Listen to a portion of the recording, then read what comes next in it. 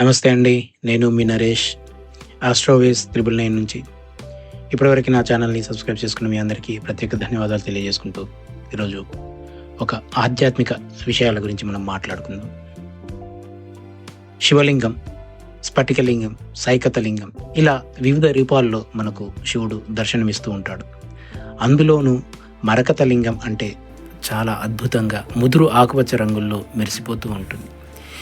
అలాంటి అరుదైన ఆ మరకతలింగం కొలువై ఉన్నటువంటి చంద్రిప క్షేత్రం ఇక్కడ శంకరపల్లి, రంగారెడ్డి జిల్లాలో ఉన్నది.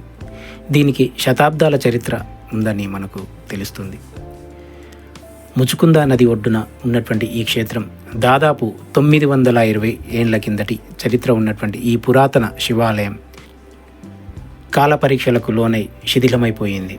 తర్వాత కొన్ని 15-16 సంవత్సరాల కిందట కొంతమంది భక్తులు పూనుకొని దీన్ని తిరిగి పునరుద్ధరించారు. అక్కడ నూతన గర్భాలయాన్ని నిర్మించారు. శ్రావణ మాసం మరియు కార్తీక మాసాల్లో ఇక్కడ విశేషమైనటువంటి పూజలు జరుగుతుంటాయి. శివరాత్రి అనేది చాలా ఘనంగా నిర్వహిస్తూ ఉంటారు. హైదరాబాద్ వాసులు వారాంతరాల్లో ఇక్కడికి ఈ క్షేత్రాన్ని దర్శించుకోవడానికి వస్తూ ఉంటారు. అలాగే ఈ క్షేత్రంలో శివుడి యొక్క దర్శనం చేసుకున్నటువంటి వాళ్ళు మానసిక ఒత్తిళ్ల నుంచి, అలాగే వారికి ఉన్నటువంటి అనారోగ్యాల నుండి బయటపడతారని చాలా విశ్వాసాన్ని కలిగి ఉంటారు. హైదరాబాద్ వాసులు వారాంతరంలో వెళ్ళి రావడానికి ఇది అనువైనటువంటి క్షేత్రము. ముఖ్యంగా మానసిక ఒత్తిళ్లతో తమ యొక్క జీవితంలో ఇబ్బందులను ఎదుర్కొంటున్నటువంటి వాళ్ళు ఈ ఆధ్యాత్మిక క్షేత్రాల సందర్శన ద్వారా వారి యొక్క మనోబలం అనేది పెరుగుతుందనేది గమనించవచ్చు. అలాగే భక్తులను అనుగ్రహించడానికి ఆ పరమశివుడు 12 జ్యోతిర్లింగాల రూపాల్లో వెలిశాడు. ఈ క్షేత్రాల్లో మహారాష్ట్రలోని పర్లి క్షేత్రం అనేది చాలా ప్రత్యేకమైనది. ఇక్కడ వైద్యనాథేశ్వరుడిగా కొలువుదీరి అందరికీ ఆయురారోగ్యాలను అనుగ్రహిస్తున్నాడు ఆ పరమశివుడు. పర్లి వైద్యనాథుడిని పోలినటువంటి బ్రహ్మసూత్రం కలిగినటువంటి మరకత శివలింగం రంగారెడ్డి జిల్లా శంకరపల్లి సమీపంలోని చంద్రిప గ్రామంలో ఉంది.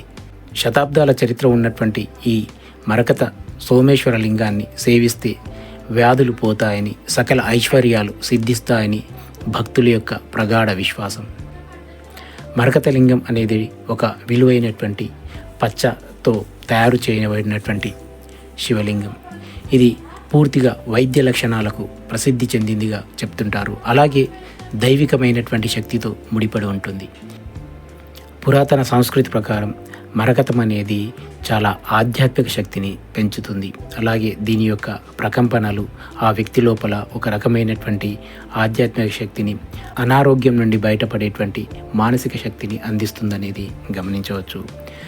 మరకత లింగాన్ని ఆరాధించడం వల్ల ముఖ్యమైనటువంటి ప్రాముఖ్యత ఏంటంటే కనుక, ఇలాంటి శక్తివంతమైనటువంటి లింగాన్ని ఆరాధించడం వల్ల అనారోగ్యాలు నుంచి బయటపడతారని, అలాగే వారు చాలా మానసికంగా ఉన్నతంగా ఉండగలుగుతారని. మరకత లింగం అనేది శక్తివంతమైనటువంటి వైద్య లక్షణాలను కలిగి ఉంటుంది. ఇది మనస్సు మరియు శరీరంలో ఉన్నటువంటి ఇబ్బందులను, సమస్యలను, ఒత్తిడులను తగ్గించడానికి సహాయపడుతుందనేది గమనించాలి. మరకత శివలింగానికి ప్రతికూలమైనటువంటి శక్తులు మరియు దుష్ట శక్తుల నుండి రక్షించేటువంటి శక్తి ఉందని ప్రజలు విశ్వసిస్తుంటారు. ఇలాంటి లింగం చంద్రిప క్షేత్రంలో హైదరాబాదుకు 45 కిలోమీటర్ల దూరంలో ఉంటుంది. ఈ క్షేత్రానికి చేరడానికి హైదరాబాద్ నుండి శంకరపల్లికి బస్సులో ప్రయాణం చేసిన తర్వాత అక్కడి నుండి చంద్రిప క్షేత్రానికి ఆటోల ద్వారా వెళ్ళవచ్చు. ఈ ఆలయ చరిత్రను కనుక గమనిస్తే 11వ శతాబ్దపు చాళుక్య వంశరాజులు స్థాపించినటువంటి ఈ శివాలయం ఎంతో ప్రాముఖ్యతను, ఎంతో శక్తిని కలిగి ఉందని ఇక్కడ ఉన్నటువంటి శిలాశాసనం తెలియజేస్తుంది. ఈ మరకత శివలింగ సోమేశ్వర స్వామి దేవాలయం భారతదేశంలోని పురాతన దేవాలయాల్లో ఒకటిగా పరిగణించవచ్చు. ఈ దేవాలయం తెలంగాణ రాష్ట్రం రంగారెడ్డి జిల్లా శంకరపల్లి మండలంలోని చండిప గ్రామంలో ఉన్నది. ఆలయ ప్రాంగణంలో లభించినటువంటి శాసనం ప్రకారం ఈ పురాతన ఆలయ చరిత్ర గురించి మనకు తెలియజేస్తున్నది. ఆలయ ప్రాంగణంలో ఉన్నటువంటి శాసనంలో ఉన్నటువంటి లిపిని అనువదించినటువంటి పండితులు సోమేశ్వర స్వామి దేవాలయం పశ్చిమ చాళుక్య రాజు అయినటువంటి 6వ విక్రమాదిత్య పాలనలో నిర్మించబడిందని తెలియజేస్తుంది. 6వ విక్రమాదిత్య క్రీస్తు శకం 1076 సంవత్సరాల నుండి 1126 సంవత్సరాల వరకు రాజ్యాన్ని పరిపాలించాడు. ఇతడు పెరుమడి దేవ త్రిభువనమల్ల అనే బిరుదును పొందాడు. త్రిభువనమల్ల అంటే 3 లోకాలకు అధిపతి అని అర్థం. విక్రమాదిత్య దక్షిణ భారతదేశంలోని కావేరీ నది నుండి మధ్య భారతదేశంలోని నర్మదా నది వరకు విస్తరించి ఉన్నటువంటి విశాలమైనటువంటి సామ్రాజ్యాన్ని పరిపాలించాడు. 6వ విక్రమాదిత్య చంద్రిప్ప ప్రాంతాన్ని బ్రాహ్మణులకు దానం చేశాడని, అలాగే వేదాలు నేర్చుకునే విద్యార్థులకు విద్య ఆహార సదుపాయాలను కల్పించాడని, అంతేకాకుండా సోమేశ్వర స్వామి ఆలయ నిర్మాణానికి విక్రమాదిత్యుడు అవసరమైనటువంటి అన్ని ఏర్పాట్లు చేశాడని తెలియజేస్తుంది. పూజలు, నైవేద్యాలు, క్రతువులు నిర్వహణ కోసం, శివరాత్రి వంటి పండుగల కోసం మరియు ఇతర ఆధ్యాత్మిక కార్యక్రమాల కోసం సుమారుగా 250 ఎకరాలకు పైగా భూమిని ఈ ఆలయానికి కేటాయించారు. 6వ విక్రమాదిత్య పట్టాభిషేకం జరిగిన 25వ సంవత్సరంలో ఈ పురాతన ఆలయానికి పునాది వేయబడింది.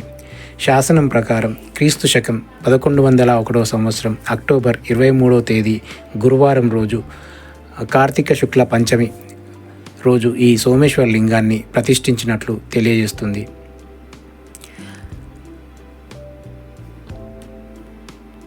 అలాగే ఈ ఆలయానికి చెందినటువంటి సుమారుగా 254 ఎకరాలకు పైగా ఉన్నటువంటి గుడిమాన్యం వివరాలను, వాటిని ఎవరు ఏ విధంగా ఉపయోగించి ఈ గుడిని రక్షించాలి శిలాశాసనంలో తెలియపరచడం జరిగింది.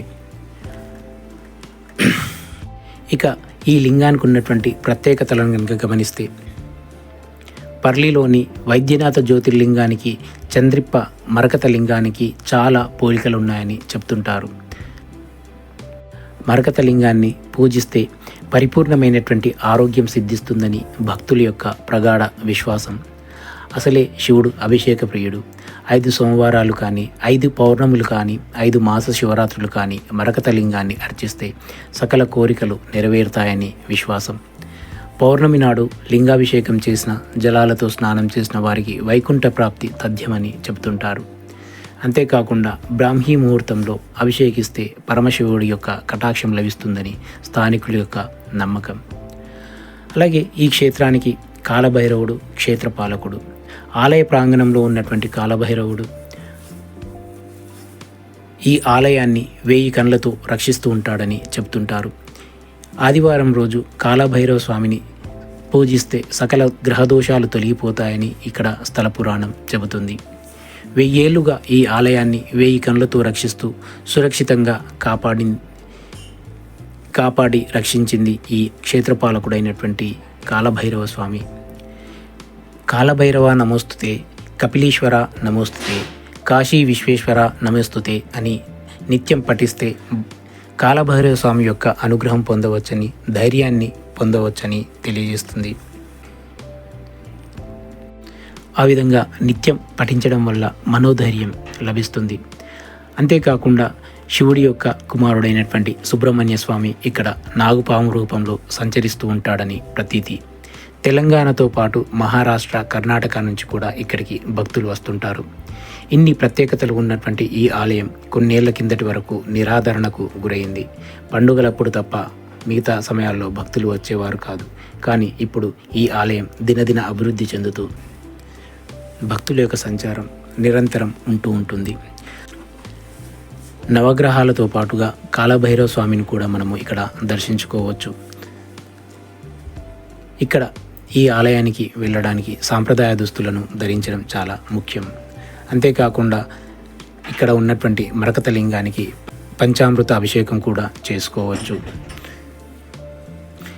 ఈ ఆలయం ప్రతిరోజు ఉదయం 6 గంటల నుండి సాయంత్రం 6 గంటల వరకు భక్తులకు దర్శనం అనేది లభిస్తూ ఉంటుంది.